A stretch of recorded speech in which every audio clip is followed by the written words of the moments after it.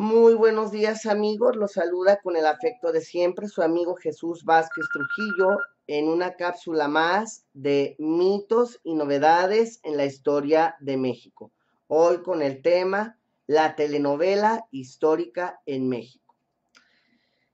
En el año de 1958 se estableció un género melodramático conocido como la telenovela y desde su inicio capturó la atención del público mayoritariamente femenino por el horario vespertino en que se transmitía.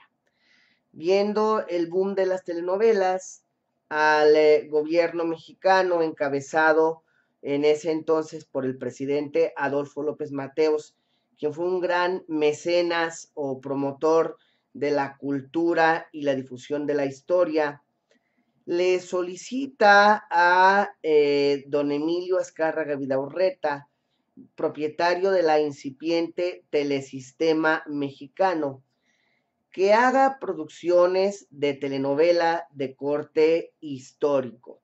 ¿Para qué? Para atraer a la historia de México a través de la televisión y capturar la atención de las familias mexicanas, que ese era su punto de reunión, la televisión en la sala, en el comedor, etcétera, etcétera.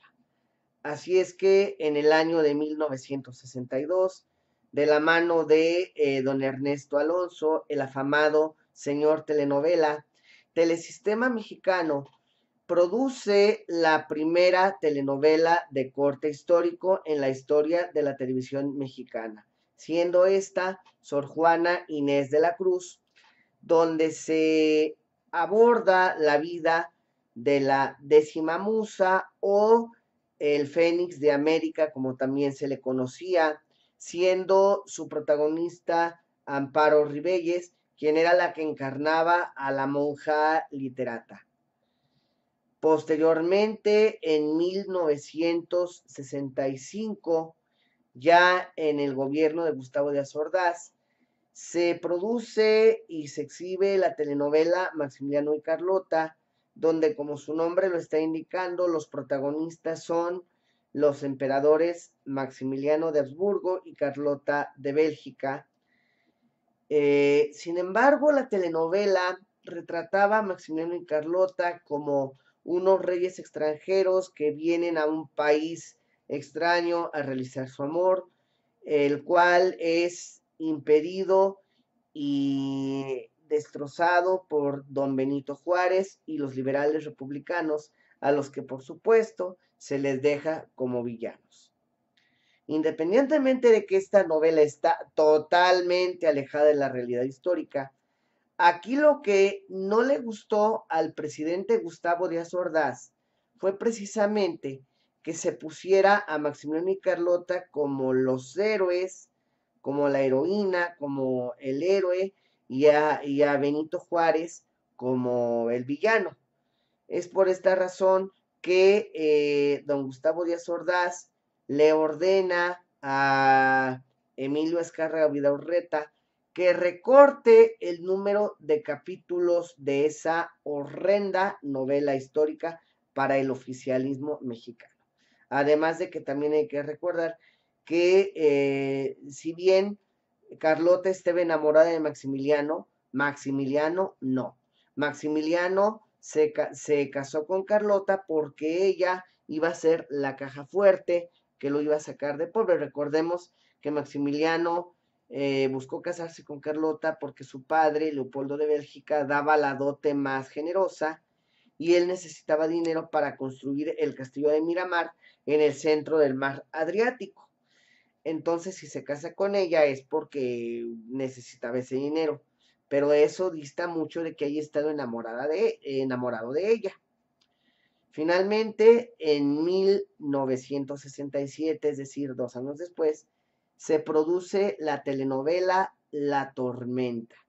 En esta telenovela se vuelve a abordar la intervención francesa y el imperio mexicano para conmemorar los 100 años del triunfo de la República sobre el imperio, pero aquí sí se le da la dimensión que debe. Benito Juárez queda como el héroe, al igual que los liberales republicanos, y los villanos son Maximiliano y Carlota. Posteriormente, en 1968, se produce la telenovela denominada Los Caudillos, que narra el proceso de la Guerra de Independencia.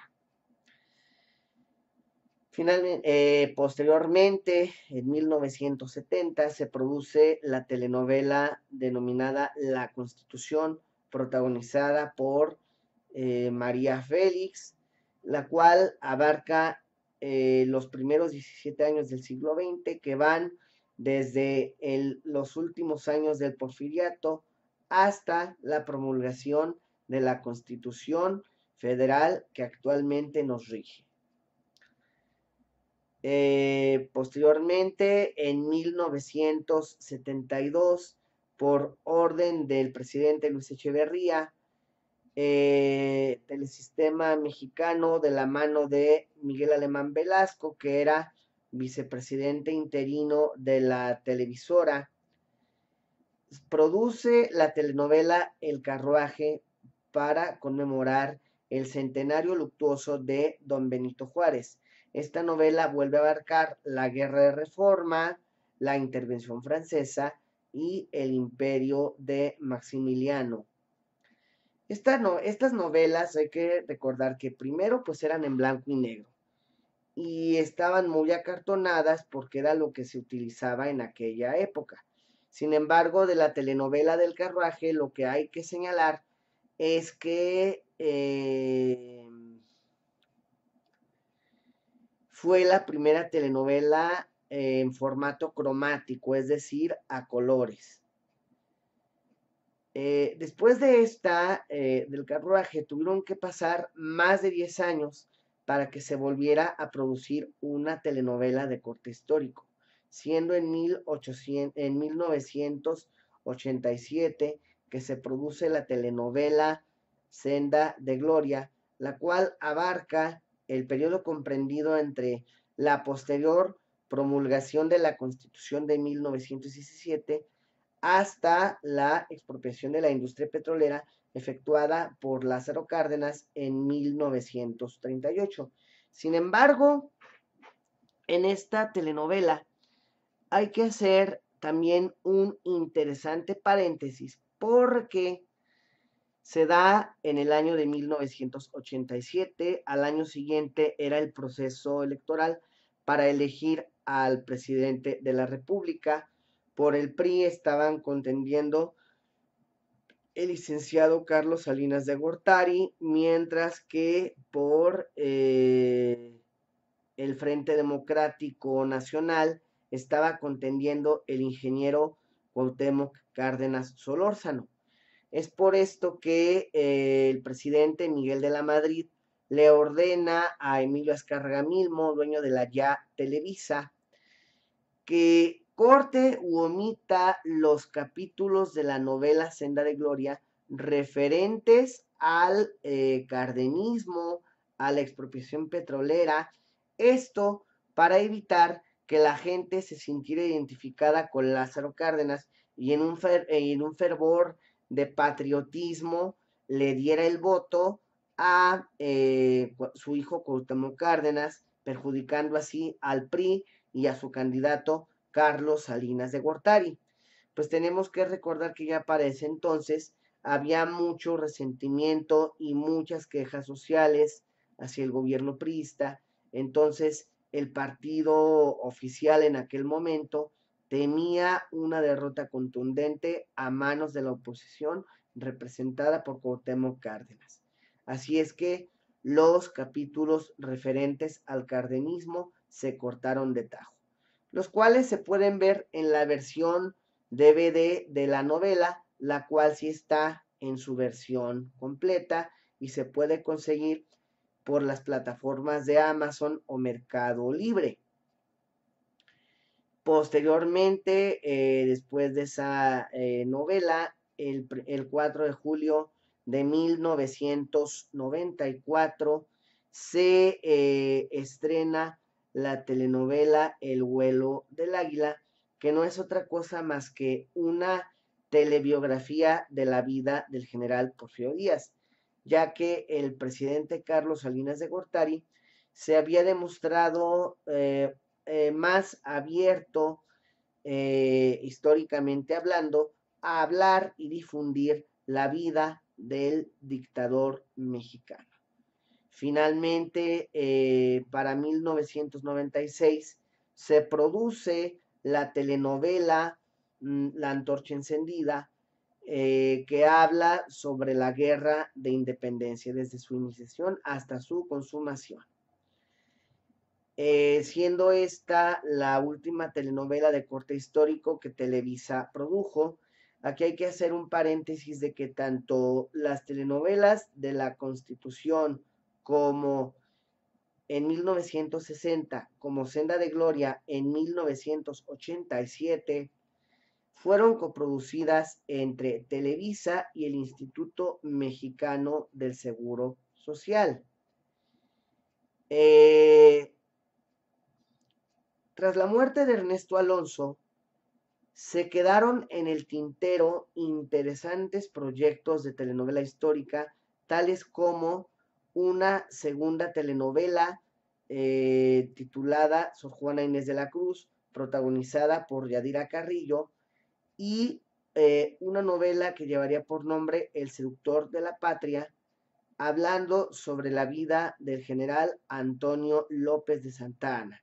Desafortunadamente, estas telenovelas no se pudieron llevar a cabo porque Ernesto Alonso falleció y ningún otro productor de Televisa le apostó a producir melodramas de corte histórico.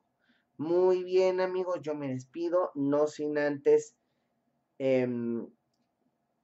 recordarles que me pueden contactar en mi página de Facebook, Mitos y Novedades en la Historia de México, en mi Facebook personal, Jesús Vázquez Trujillo, a través de mi correo electrónico jjvt1984 a través de mi número de WhatsApp y Telegram 477-2477-110. Se pueden suscribir a mi canal de YouTube, Mitos y Novedades en la Historia de México, aparte de seguirme en mi blog personal y leerme en la columna Mitos y Novedades en la Historia de México, publicada a través de los diarios digitales La Otra Plana y Verdad Guanajuato, con sede en Torreón, Coahuila y Guanajuato Capital todos los lunes.